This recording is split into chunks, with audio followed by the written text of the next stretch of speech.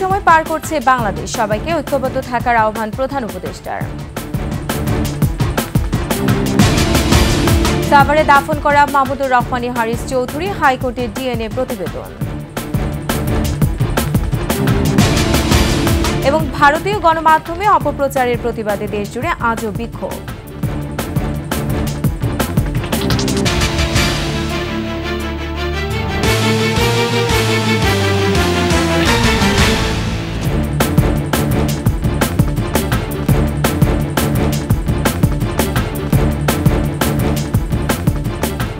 শুনছিলেন সংবাদ শিরোনাম। আমন্ত্রণ ২১ দেশের সংবাদে, সাথে আছেন রোমান আমিন। দর্শক, ২১ টেলিভিশনের সংবাদে একই সাথে সরাসরি দেখতে পাবেন আমাদের ফেসবুক পেজ www.facebook.com/2124 অনলাইনে।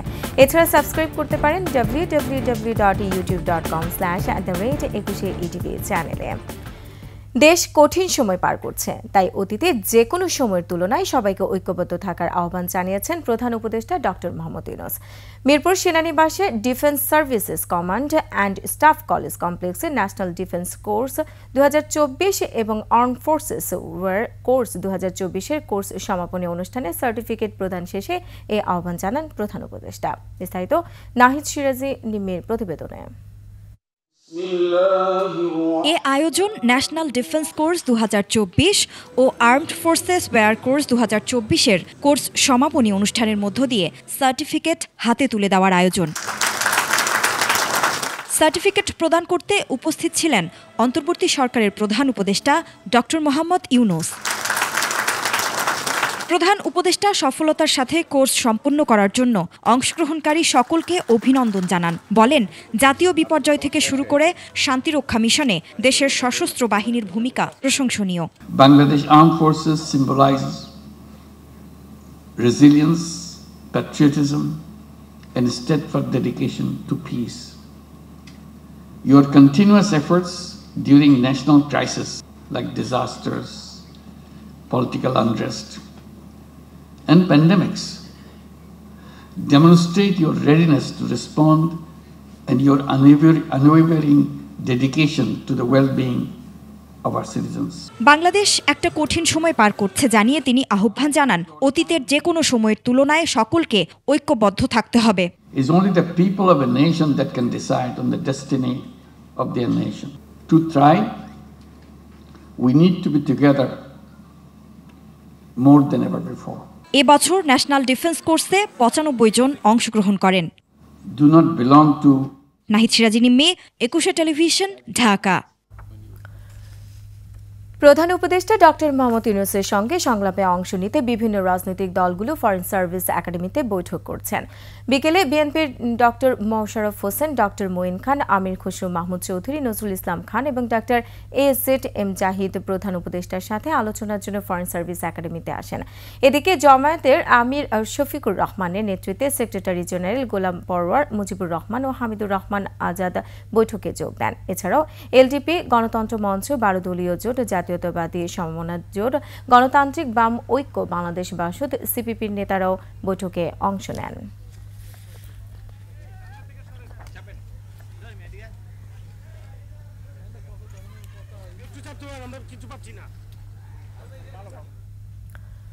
দর্শক, এই মুহূর্তে ফরেন সার্ভিস একাডেমিতে আছেন আমাদের সহকর্মী মেহেদী হাসান। আমরা সরাসরি চলে যাচ্ছি তার কাছে। মেহেদী, আপনি তো নিশ্চয়ই আমাকে শুনতে পাচ্ছেন। মেহেদী, আজকে তো বৈঠক অনুষ্ঠিত হচ্ছে, তো বৈঠকের এই মুহূর্তে অবস্থা কি এবং বৈঠক কি চলছে কিনা সে সম্পর্কে আমাদের একটু জানান। রোমানা, আপনি যেমনটা বলছিলেন, ফরেন সার্ভিস একাডেমিতে আলোচনা চলছে। তো ফরেন সার্ভিস একাডেমির আলোচনা প্রায় শেষ পর্যায়ে। কিছুক্ষণের মধ্যেই রাজনৈতিক দলের নেতারা যারা আলোচনায় অংশ নিয়েছেন তারা বেরোবেন। তো প্রধান উপদেষ্টা ফরেন সার্ভিস একাডেমিতে প্রবেশ করেছেন ঠিক 4:15টায়, তারপরে আলোচনাটা শুরু হয়। এর আগে বেলা 3:30টা থেকেই বিএনপি, জামায়াত সহ অন্যান্য রাজনৈতিক দলের নেতারা অংশ নিতে শুরু করেন। তো বিএনপির স্থায়ী কমিটির সদস্য খন্দকার মোশাররফ হোসেনের নেতৃত্বে 5 সদস্যের প্রতিনিধি দল অংশ নিয়েছে, আর জামায়াতের আমির ডক্টর শফিকুর রহমানের নেতৃত্বে 4 সদস্যের প্রতিনিধি দল অংশ নিয়েছে। এলডিপির কর্নেল ওলি আহমেদের নেতৃত্বে এলডিপি অংশ নিয়েছে। আরও অন্যান্য রাজনৈতিক দলের মধ্যে আছে গণতন্ত্র মঞ্চ, নাগরিক ঐক্য, বিপ্লবী ওয়ার্কার্স পার্টি, এই ধরনের রাজনৈতিক দলগুলো আছে। মোট কথা আওয়ামী লীগ এবং জাতীয় পার্টি আর 14 দল ছাড়া নিবন্ধিত রাজনৈতিক দল যারা আছে, সক্রিয় নিবন্ধিত রাজনৈতিক দল সবাই এই আলোচনায় অংশ নিয়েছে।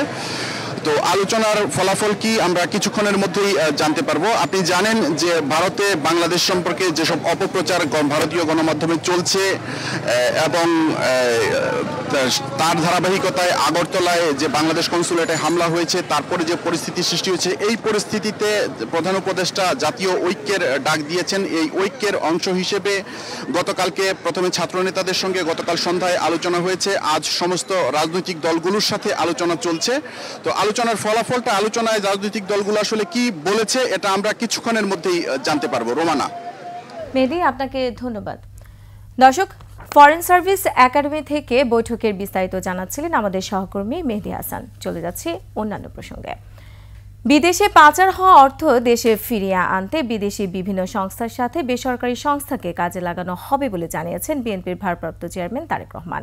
বিকেলে চট্টগ্রামে বিএনপির কর্মশালায় ভার্চুয়ালি যুক্ত হয়ে এ কথা জানান তিনি। বিগত আওয়ামী লীগ সরকারের আমলে জ্বালানি খাতে ব্যাপক দুর্নীতি হয়েছে বলে মন্তব্য করেন তিনি। এর আগে সকালে চট্টগ্রাম ইঞ্জিনিয়ার্স ইনস্টিটিউট মিলনায়তনে বিভাগীয় কর্মশালায় যোগ দেন নেতৃবৃন্দ। বিএনপির ঘোষিত 31 দফায় দেশ গঠনের নির্দেশনা আছে বলেও বলেন বক্তারা।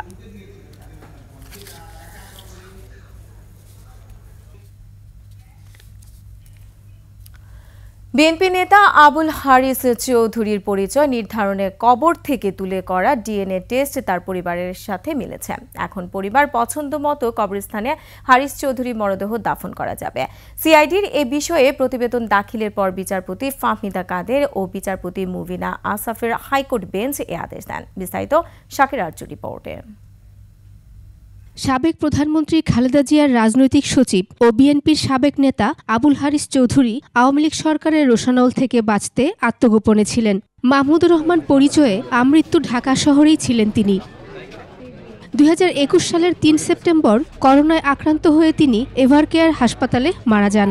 কিন্তু তৎকালীন সরকারের আইনশৃঙ্খলা রক্ষাকারী বাহিনীর চাপে তার মৃত্যুর বিষয়টি ধামাচাপা দিয়ে জোর করে ঢাকার অদূরে সাভারে একটি মাদ্রাসা প্রাঙ্গণে কবর দিতে বাধ্য করা হয়। সরকার সে সময় তার প্রকৃত পরিচয় অনুসারী কোনো মৃত্যু সনদ দেয়নি।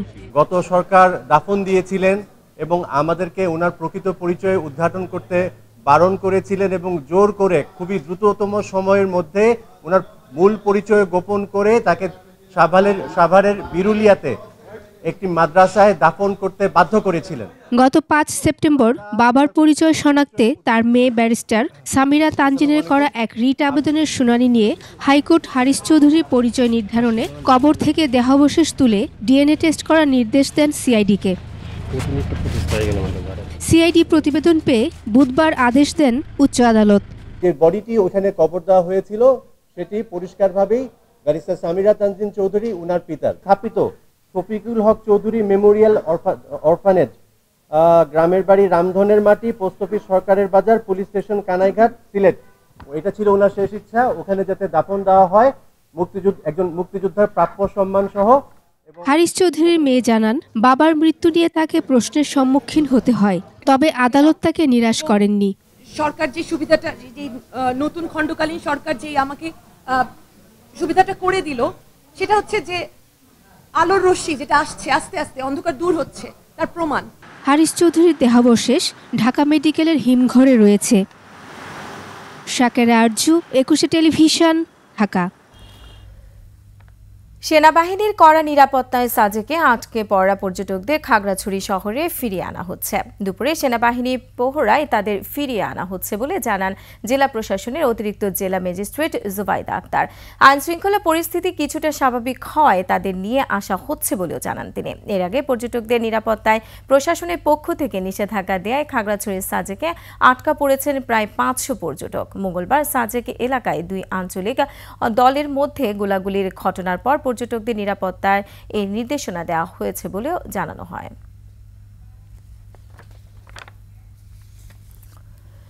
দেশের বিভিন্ন স্থলবন্দর দিয়ে আমদানি রফতানি বাণিজ্য বন্ধ থাকলেও দিনাজপুরের হিলি ও ব্রাহ্মণবাড়িয়ার আখাউড়া স্থলবন্দর সীমান্ত দিয়ে ভারত বাংলাদেশের মাঝে যাত্রী চলাচল এবং পণ্য আমদানি রফতানি বাণিজ্য স্বাভাবিক রয়েছে।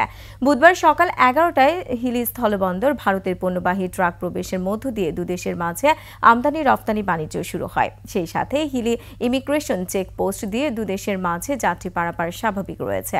বন্দর থেকে পণ্য খালাস করা ভারতীয় খালি ট্রাকগুলো ভারতে চলে গেছে। এদিকে আখাউড়া স্থলবন্দরের পরিবেশ স্বাভাবিক রয়েছে। সকালে সীমান্ত দিয়ে যাত্রী চলাচল স্বাভাবিকভাবে পার হয়। বেশ কয়েকজন বাংলাদেশে সীমান্তের ওপার থেকে দেশে ফিরেছেন। বাংলাদেশ থেকে মাছ নিয়ে 10 থেকে 15টি ট্রাক ও কাভার্ড ভ্যান বন্দর দিয়ে ভারতে প্রবেশ করেছে। এদিকে চাঁপাইনবাবগঞ্জের সোনা মসজিদ স্থলবন্দরে ভারতীয় পণ্য আমদানি স্বাভাবিক রয়েছে। তবে গত 3 দিন ধরে ভারত থেকে আলু আমদানি বন্ধ থাকলেও সব ধরনের পণ্য আমদানি চালু রয়েছে। রবিবারতে আসছি, আসা যাওয়ার মধ্যে কোনো সমস্যা নেই। বন্দরের অবস্থা মোটামুটি ভালো। সকালে মাছ নিয়ে গেছিলাম, মাছের গাড়ি খালি করে আসলাম, কোনো সমস্যা নাই এখন। মাছ ভারতের ত্রিপুরার আগরতলায় সহকারী হাই কমিশনে হামলা ও জাতীয় পতাকা অবমাননার প্রতিবাদে দেশে বিভিন্ন জেলায় বিক্ষোভ সমাবেশ হয়েছে। বিএনপি বৈষম্য বিরোধী ছাত্র আন্দোলন, খেলাফত যুব আন্দোলনের ব্যানারে এসব কর্মসূচি পালন করা হয়। বাংলাদেশ নিয়ে ভারতের রাজনীতিবিদ ও গণমাধ্যমগুলোর অপপ্রচারের তীব্র নিন্দা জানানো হয় সমাবেশে। প্রতিনিধিদের সহায়তায় ইউসুফ হাসান নাইমের ডেস্ক রিপোর্ট।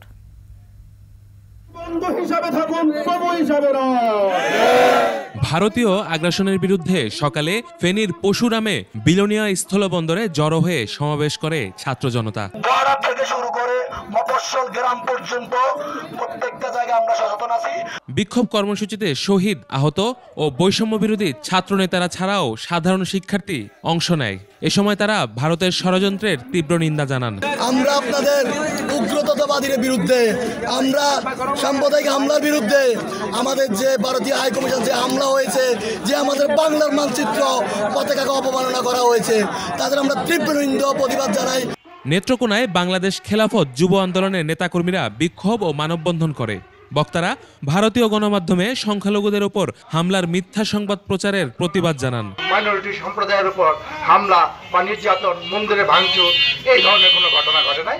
রাজবাড়ীতে জেলা বিএনপির আয়োজনে বিক্ষোভ মিছিল বের করা হয়।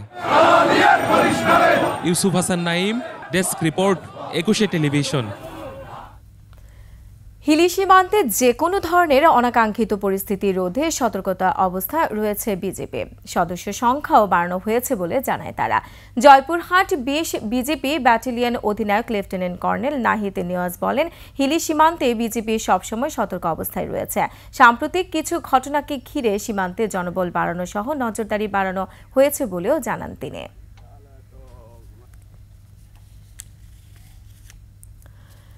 ধর্মীয় আচার পালন করতে বিভিন্ন জেলার 75 জন ইসকন ভক্ত বেনাপোল বন্দর দিয়ে ভারতে গেছেন। গতকাল ঢাকা, সাভার, মুন্সিগঞ্জ, ময়মনসিংহ, বগুড়া, রাজশাহী, খুলনা, বাগেরহাট সহ দেশের বিভিন্ন জেলা থেকে এসব ইসকন ভক্ত ভারতে যাওয়ার সময় বেনাপোলে ইমিগ্রেশনে আসেন।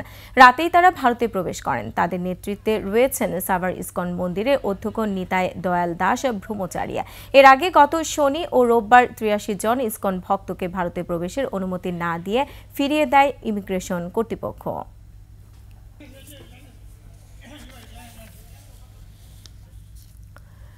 রংপুরে শ্যামাসুন্দরী খালের দুই পাশে অবৈধ স্থাপনা উচ্ছেদ অভিযান শুরু করেছে জেলা প্রশাসন ও সিটি কর্পোরেশন। সকালে নগরীর মুন্সিপাড়া এলাকায় উচ্ছেদ অভিযানে নেতৃত্ব দেন আরডিসি ও নির্বাহী ম্যাজিস্ট্রেট মাহমুদ হোসেন মৃধা।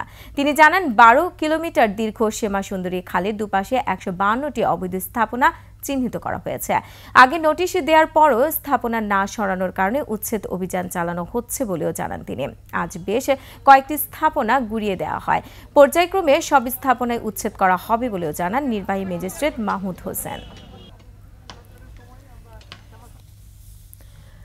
আলু, পেঁয়াজ সহ নিত্যপণ্যের মূল্য বৃদ্ধি এবং সিন্ডিকেটের প্রতিবাদে রংপুর এবং ঝিনাইদহে মানববন্ধন করেছেন consumers association of Bangladesh cab.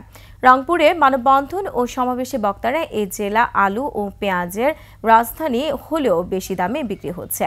দাম বৃদ্ধিতে সিন্ডিকেট চক্রকে দায়ী করেন তারা। সিন্ডিকেটের বিরুদ্ধে দ্রুত ব্যবস্থা নেওয়ার দাবিও জানান তারা। ঝিনাইদহেও ব্যবসায়ীদের কারসাজিতে নিত্যপণ্যের অস্বাভাবিক মূল্য বৃদ্ধি ও আইনে নিষিদ্ধ খোলা বাজারে ভোজ্য তেল বিক্রির প্রতিবাদে মানববন্ধন করা হয়।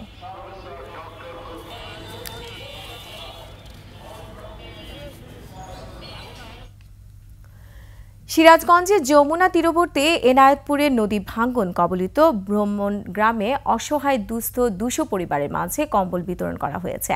সকালে সিরাজগঞ্জে 21শে ফোরামের সহযোগিতায় আজমির রোকেয়া রহমান ট্রাস্টের অর্থায়নে ডু সামথিং ফাউন্ডেশন এই কম্বল বিতরণ করে। এ সময় ফাউন্ডেশনের প্রতিনিধি আশরাফুল ইসলাম, সমাজসেবক হাজি আব্দুর রশিদ প্রামাণিক সহ 21শে ফোরামের কর্মকর্তারা উপস্থিত ছিলেন। শীতের শুরুতেই গরম পোশাক পেয়ে খুশি হতদরিদ্র।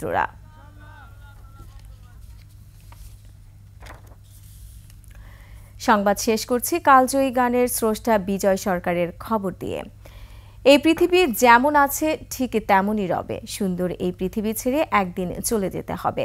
কালজয়ী এই গানের স্রষ্টা উপমহাদেশের প্রখ্যাত চারণ কবি বিজয় সরকার। আজ তার 39তম মৃত্যুবার্ষিকী। তিনি একাধারে গীতিকার, সুরকার ও গায়ক ছিলেন। 1800 বেশি গানের জনক তিনি। শিল্পকলায় অবদানের স্বীকৃতি স্বরূপ 2013 সালে মরণোত্তর 21শে পদক দেয়া হয় গুণী এই শিল্পীকে। নড়াইল প্রতিনিধি ফরহাদ খানের তথ্য ছবিতে ডেস্ক রিপোর্ট।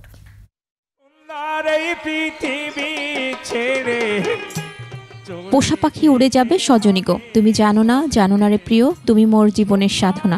এরকম আরো অসংখ্য বিখ্যাত গানের স্রষ্টা কবিয়াল বিজয় সরকার।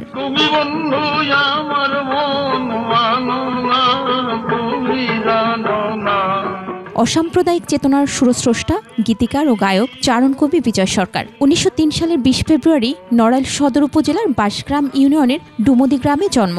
বাবার নাম নবকৃষ্ণ অধিকারী, মা হিমালয় দেবী। প্রকৃত নাম বিজয় অধিকারী হলেও সুর, সঙ্গীত ও অসাধারণ গায়কী ঢঙের জন্য তিনি চারণ কবি ও সরকার উপাধি লাভ করেন। শৈশব কেটেছে ডুমদি সহ নড়াইলের বিভিন্ন এলাকায়। ছেলেবেলা থেকেই ডুবে থাকতেন কবিতা, গান রচনা ও সুরের জালে। তাই প্রাতিষ্ঠানিক লেখাপড়ায় বেশি দূর এগোতে পারেননি। নবম শ্রেণীতে পড়ার সময় তার লেখাপড়ার সমাপ্তি ঘটলেও কারো মতে তিনি এসএসসি পাস। এরপর তিনি গানের দল নিয়ে ঘুরে বেড়ান বাংলাদেশ, ভারতের বিভিন্ন অঞ্চলে। তার 2 স্ত্রী বীণাপানি ও প্রমোদা অধিকারীর কেউ বেঁচে নেই। এছাড়াও 2 ছেলে কাজল ও বাদল অধিকারী এখন ভারতে বসবাস করেন। 2013 সালে মরণোত্তর 21শে পদক পান বিজয় সরকার। বার্ধক্যজনিত কারণে 1985 সালের 4 ডিসেম্বর ভারতে পরলোক গমন করেন কবিয়াল বিজয় সরকার। পশ্চিমবঙ্গের কেউটিয়ায় তাকে সমাহিত করা হয়। লোকগানের বিখ্যাত শিল্পী হলেও এত বছরেও তার গান সংগ্রহে নেই কোনো উদ্যোগ। মহিমা পলি, ডেস্ক রিপোর্ট, 21শে টেলিভিশন। আর এরই সাথে শেষ করছি 21শে দেশের সংবাদ। যাবার আগে সংবাদ শিরোনামগুলো আরও একবার। কঠিন সময় পার করছে বাংলাদেশ, সবাইকে ঐক্যবদ্ধ থাকার আহ্বান প্রধান উপদেষ্টার। সাভারে দাফন করা মাহমুদুর রহমানী হারিস চৌধুরী, হাইকোর্টে ডিএনএ প্রতিবেদন। এবং ভারতীয় গণমাধ্যমে অপপ্রচারের প্রতিবাদে দেশজুড়ে আজও বিক্ষোভ।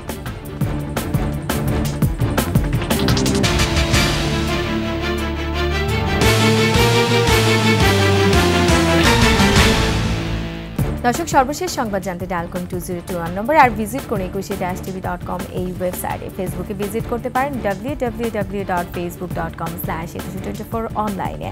এছাড়া সাবস্ক্রাইব করতে পারেন www.youtube.com/@21etv চ্যানেলে। এতক্ষণ সঙ্গে থাকার জন্য ধন্যবাদ। পরবর্তী সংবাদ সন্ধ্যা 7টায় দেখার আমন্ত্রণ রইল।